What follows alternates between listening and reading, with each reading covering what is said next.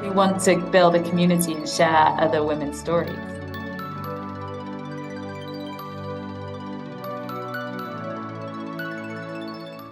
Hi, everyone, and welcome to the Tea with TE podcast. Today I have Oli Ikechi D'Amico with me. Oli is a partner from the Strategy and Transactions department at EYP.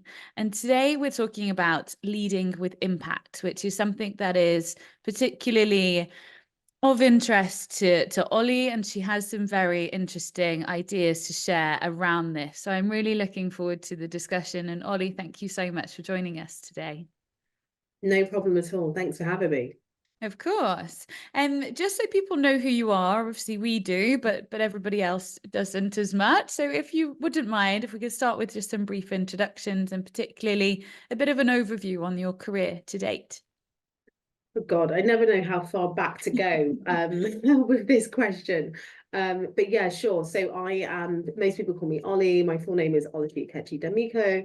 I have been in the consulting industry my entire career. So started off at Accenture as a fresh graduate.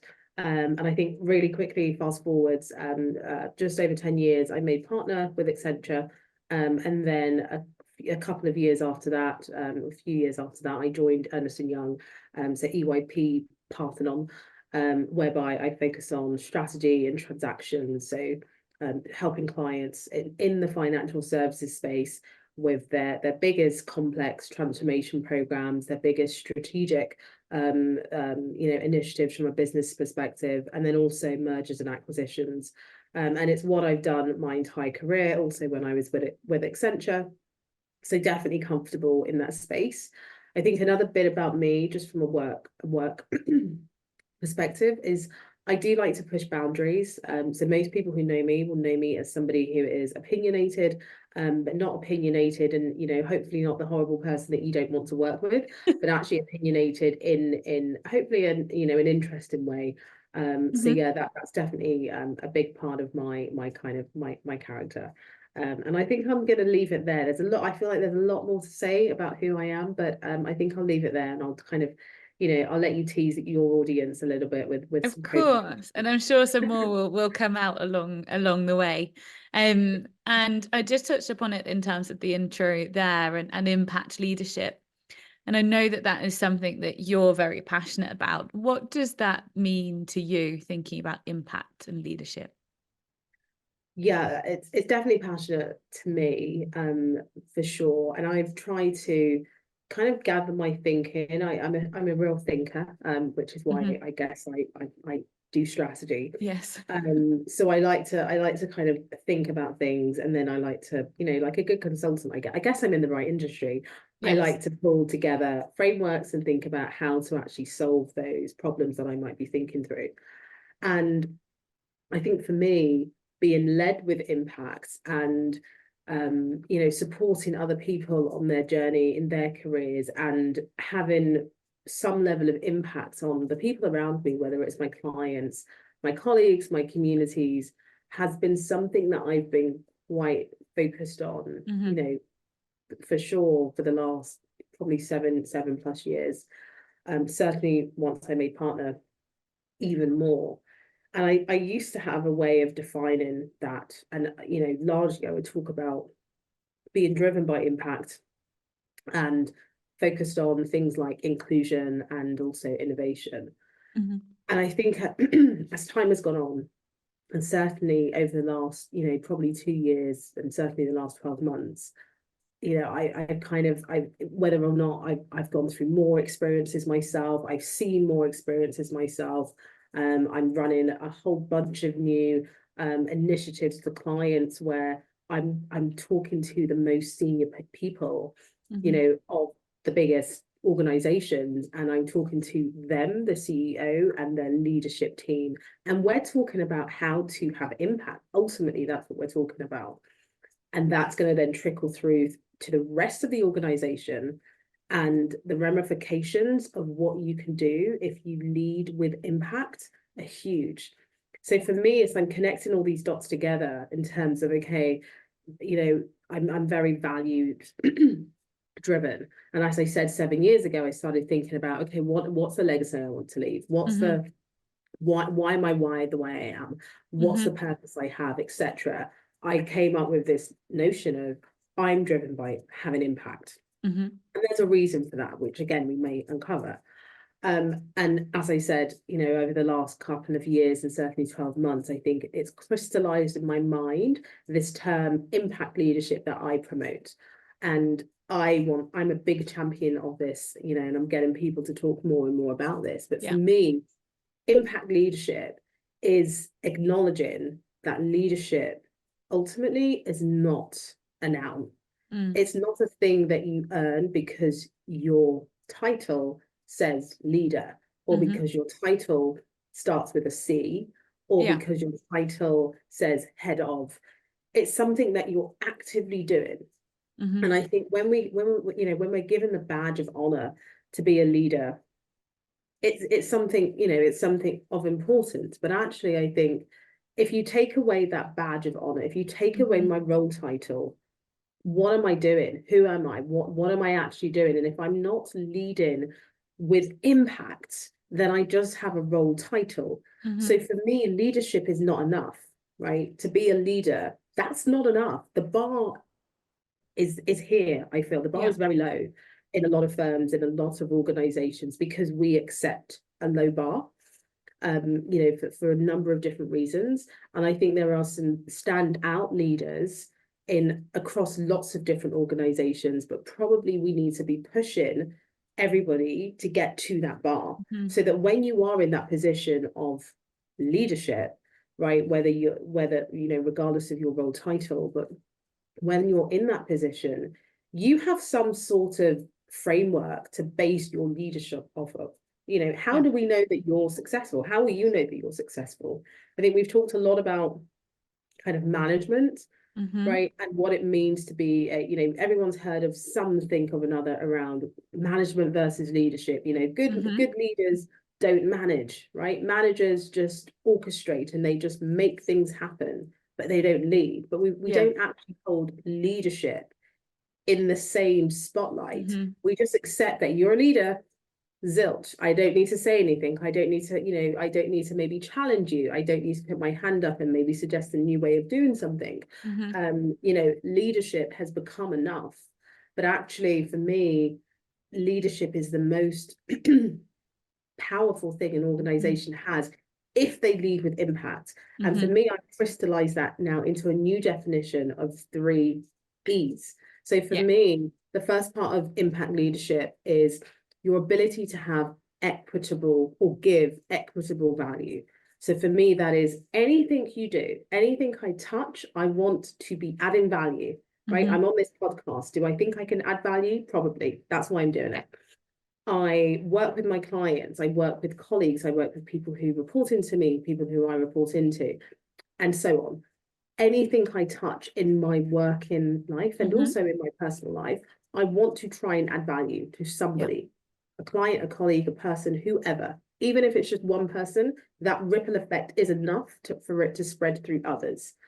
But the equitable bit is super important. The equitable value is important, of course, right?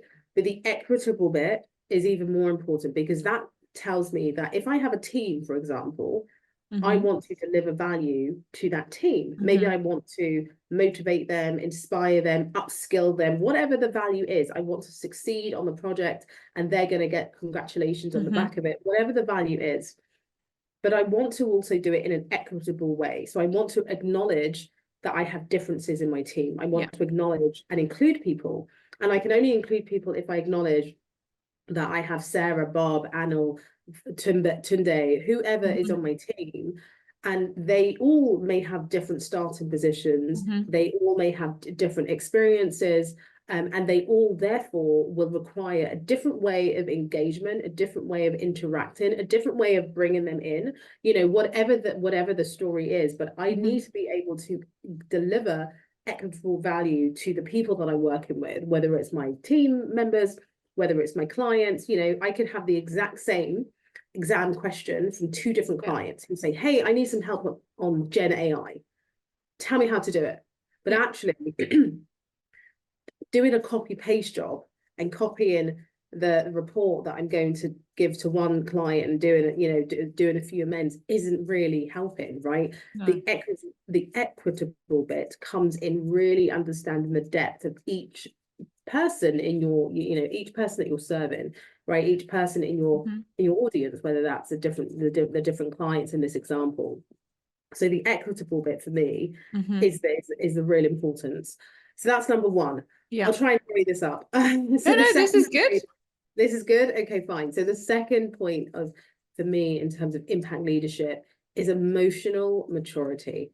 Emotional maturity is I mean, it's all the emotions that you can think of. And I think when I hear also one thing that you do tend to hear when it comes to leadership is these are the 10 traits of a good leader. These are the 12 traits of a good leader. These are the 3 things a good leader should have. But again, my point is, where is the framework to hold all leaders to account, right? And a lot of the time when we think about good leadership, we think about authenticity, the ability to be vulnerable. And that's what I'm talking about with emotional maturity. Yeah. And I think it's different to emotional intelligence, which is the ability to understand, right? I'm intelligent. I can understand A is A and B is B and 1 + 1 is 2, and all the other more complex permutations, right? The maturity is the ability to understand, is the ability to take that intelligence and do something with it, right? And not just have ones and zeros, ultimately.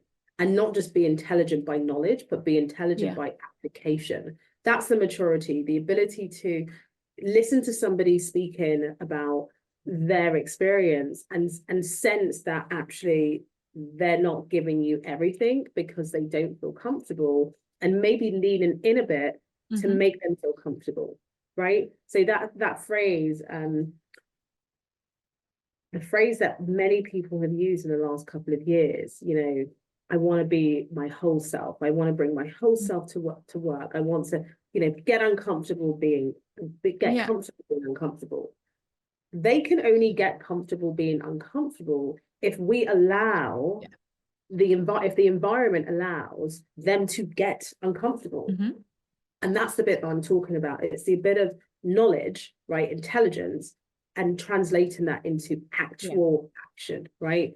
Emotion is energy, emotion, right? Emotion is not just a static word that we do nothing about. Emotion is the ability, you know, I mean, anything, to hate, to love, to be curious, to, you know, to wonder. It's something in motion. It's the ability to do something. And that's the bit that I think is missing in terms of the intelligence. It's not just about the knowledge. It's how do I apply that? How do I lean in? How do I lean to the side? Hey, how do I go behind the scenes if it makes that person comfortable and they don't need to know that I'm involved in doing something that might make them cringe, but actually I'm going to work my ass off behind the scene to support that person, right? And to sponsor that person and to advocate for that person. All of those things for me are the emotional maturity piece. And then the last thing for me is the last E is the ethical compass, right? So the ability to do the right thing. And it sounds so, you know, I made a post recently about culture of an organization. I mean, I would have snoozed at that post, like, you know, I think it was interesting for sure. But the topic of ethics and culture, I would have snoozed at, like, you know, 10 years ago. For sure, when I started my career, would have snoozed at. And I remember talking about my business studies teacher who, you know, said the definition, I always remember her definition of culture, which is the way we do things around here. And, you know, part of the makeup of an organization, I mean, the huge part of the makeup of an organization is their culture, right? So the ability to not necessarily succumb to the culture that you sit in and rise above that and do the right thing is something that I think many of us battle with, because maybe the corporate culture doesn't warrant collaboration. It doesn't warrant the best types of, or the best forms of collaboration. It doesn't warrant the best speak up culture. It doesn't warrant the best check and challenge culture, even though we might say it does, right?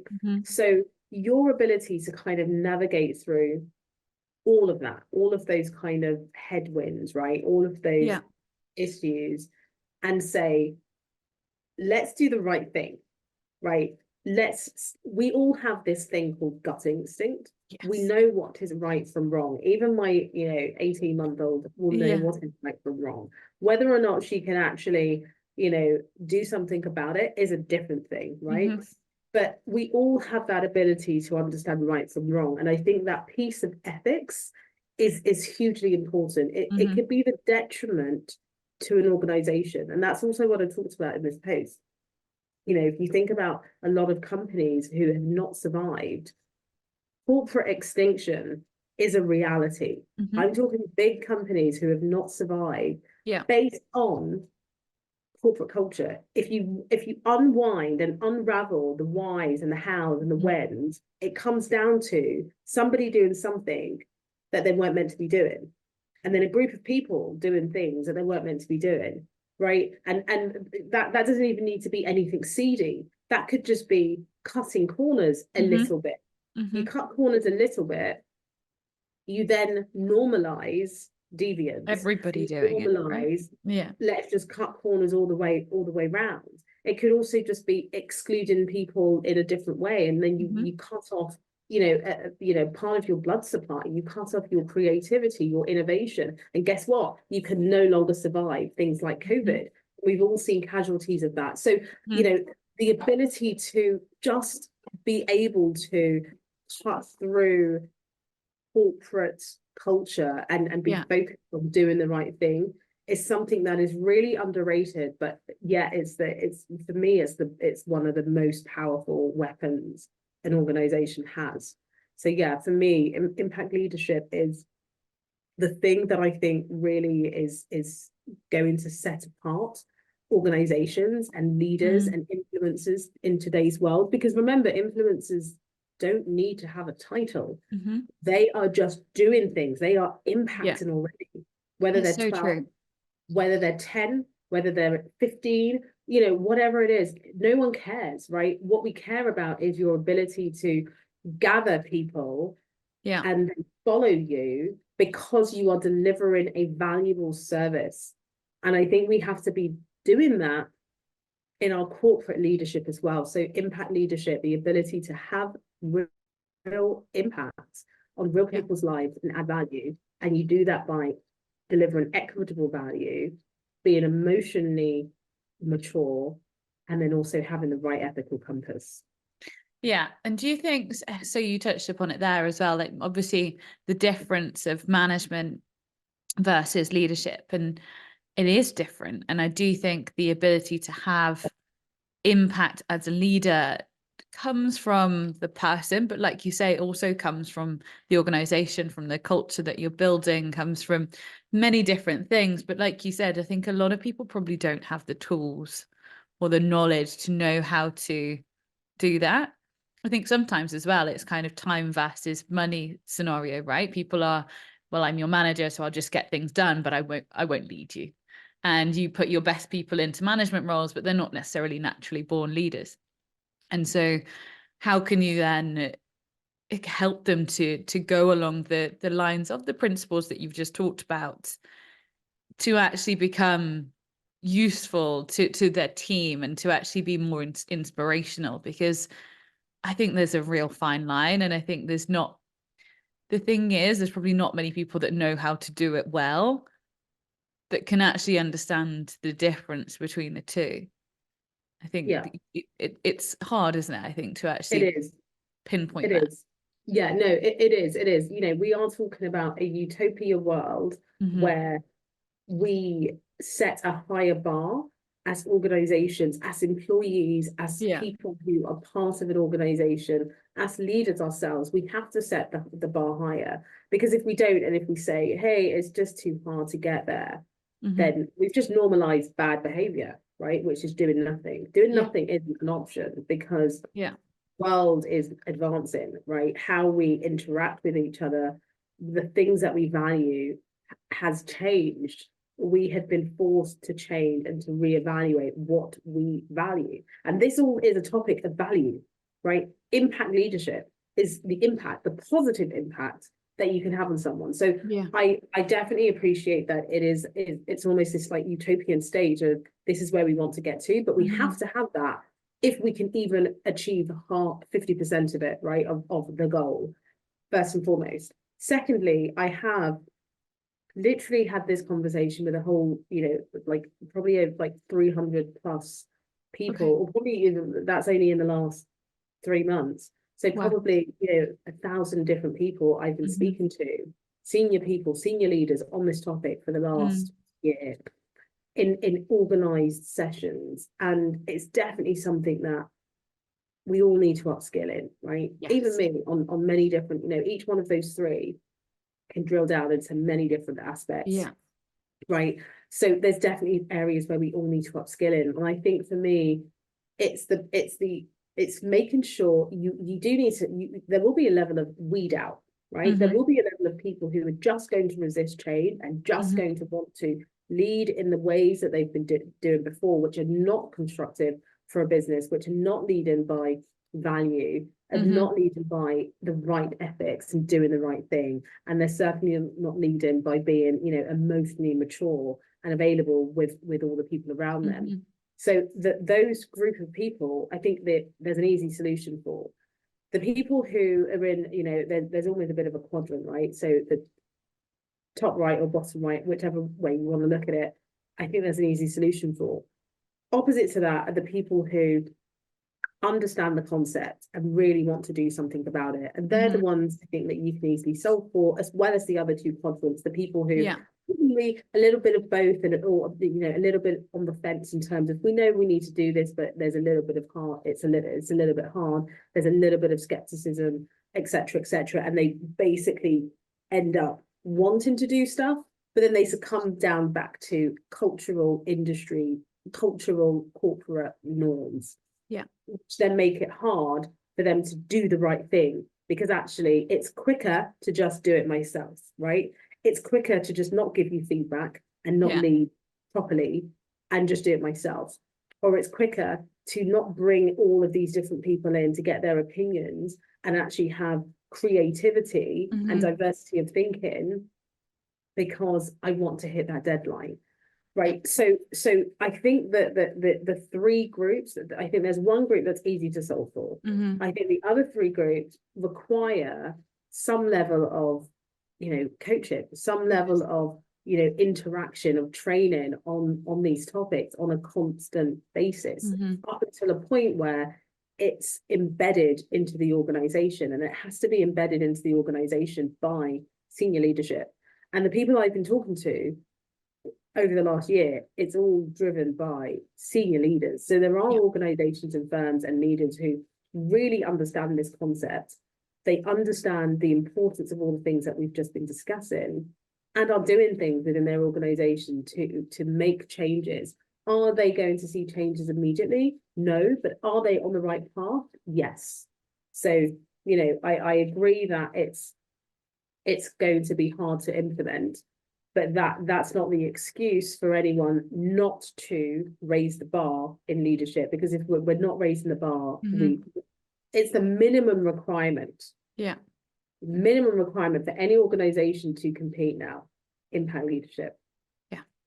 And like you say, it does have such huge impact, I think is the best word, on things like your culture, your overall dynamics as a business, how you're functioning, your alignment, like are your leadership team aligned and appreciate the same values as you do. And I think if you have got that, naturally there is better opportunity for success. I think that's one of the key. It's like being in a relationship and not being aligned on your values. It just doesn't make sense. It's not going to work. And so it's just the thinking behind it to actually make sure that your leadership team are obviously driving those principles throughout. But I think all well and good saying it, I think in practice we've all seen it not necessarily put to work in the right way. I'd love to understand your inspiration behind this? Because obviously it's something that you're very passionate about, and I know kind of throughout your life there's been various different influences. Do you mind just sharing a bit about where that's come from? Yeah, sure. I think it started, as I said, a number of years ago, maybe 8 years ago. But I guess the trigger initially was when I started, was in 2013. So my father had passed away suddenly as well, and it got me thinking. It got me thinking about many things. Of But course. I always will remember, being back in the family home in Wimbledon, and having lots of people come to the home and speak about my dad. And it's a Nigerian community, and people are there singing, they're there praying, they're there sharing stories. Before storytelling was like this big concept of something that we did. So I was hearing all of these stories about my dad, and it kind of it set the wheels in motion for me to start thinking about the legacy that I wanted to kind of to have, and what that was going to be like. And for me, it was the first time I'd actually started to think about that question.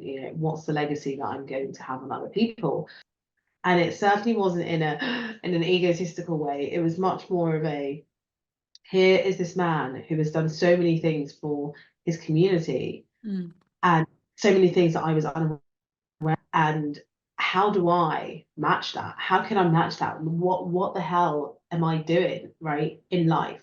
What am I doing with work? I'm doing all these amazing programs, these strategic programs, but what does it mean? What's the value? And that's when I started to ponder that topic back in 2013.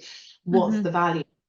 And then I think as I became more senior, and certainly when I made partner, it made me ponder that question even more. Yeah. And for sure, I was never the person, never, who would go to the female networks or the Black and Afro-Caribbean networks. That just wasn't me. I wasn't, this wasn't my vibe at all. I didn't feel that I needed to go, based on how I was brought up in terms of go. So I didn't really gravitate towards that. And then I started gravitating towards that when I went to my very first African and Caribbean network society at Accenture. And I started to hear all these people talk about their experiences, their lived experiences. And these were people who were my peers, who were more senior to me and also more junior to me. But I started to think that, oh my God, these are real adults sharing their experiences, and some of their experiences and how they see themselves and how they see themselves in comparison to other people is almost like how I was thinking when I was a teenager. But here is this grown person who is still having this level of maybe inferiority complex. No judgment, that's absolutely their experience, but it saddened me and it made me want to do something. So I think I started really, getting much more active in the DEI space, which I think really helped open up the avenue of impact leadership. Because, when you are passionate and actively doing things in the DEI space, you tend to have an ability to empathize. Yeah. And you didn't start that way, you probably will end up empathizing because you hear more stories, but also you kind of try to set a bar. It's not just about hearing stories, it's also about giving constructive feedback. Thanks, Oli. And I think just as we conclude, what final message or advice would you take away or leave with the audience regarding kind of creating impact and really being that true impactful leader in today's world? Absolutely. So I think it starts with asking the question, what is it that I could do differently? What is it that I could do better? What is it that I should stop doing? And then following that through with why, right? So there needs to be, there needs to be a level of getting to know yourself, right? Being honest with yourself in terms of your leadership styles, your leadership capability, what works well, the feedback that you get from your teams, including that you don't get feedback, right? That's feedback in itself. What does that tell you? So I think the ability to get a little bit intimate and personal with yourself. What is a legacy I want to leave and why? You know, what am I driven by and why? All of these are really tough questions that I guarantee you, if you have never thought of those questions before, you will struggle to think of them in 5 minutes. You need to sit down and clear a bit of time and really create this. This is a brand persona play, right? This is the type of leader that I want to be, and sticking with it. So you can do mergers and acquisitions, you can be in finance, you can be in HR, you can be in whichever lane you are in, but you are still Terry and I am still Oli. So you need to pick a lane, and you, in terms of how you lead, and define that, right? And in terms of being an impact leader, I think the two questions I said, so start with what and then why, are important, and getting to know yourself intimately so that you can understand. You know, you asked me the question, what was the trigger, and I went all the way back to 2013. It probably goes beyond that, right? Before that. But I think that's important. I think the second thing is then using the framework that I laid out earlier in terms of practical things you can do tomorrow, right? You can practically try to lead by including more people and by having an element of equity. It's not just including them all to sit at the table. It's understanding that Terry may need a brown cup and Bob may need a black cup, and so forth and so on, right? That's really a basic example, but that is what we mean by equity. It is about understanding that everyone may have a different starting position, a different journey, and we have to be mindful of that and include everyone anyway.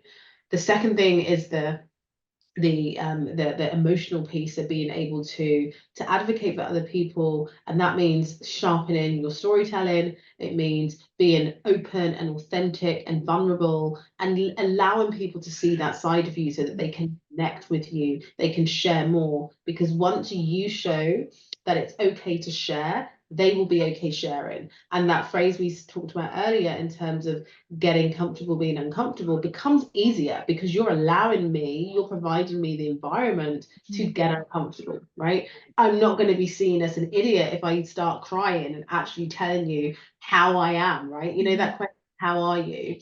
And we all give our best answers. Sometimes I'm not okay, but do I feel like okay to share that with you? Probably not. So enabling people to, you know, being able to lean in, lean sideways, lean backwards, whatever it is. And I think the third way is the you know, doing the right thing, being driven by the gut instinct of doing the right thing. If it doesn't feel right to exclude someone, don't do it, because it doesn't feel right. It's not right. Right. And the list goes on in terms of things that you shouldn't be doing, that you know you shouldn't be doing. So I think that's probably an easy framework that people can follow. It's really helpful. Thank you so much. And we do have one last question always, because it's the Tea with TE podcast. Oh, How do you yeah. take your tea? Oh, okay. I thought you were going to tell me to spill the tea. I'm glad you're not telling me to spill the tea. That's probably for the next podcast. We can do Yes. that for okay, clue your audience in on a cliffhanger there. How do I take my tea? With no milk and sugar, because I do herbal tea. So I just keep my tea. I do green tea or oolong tea. I love like teas. Or peppermint tea.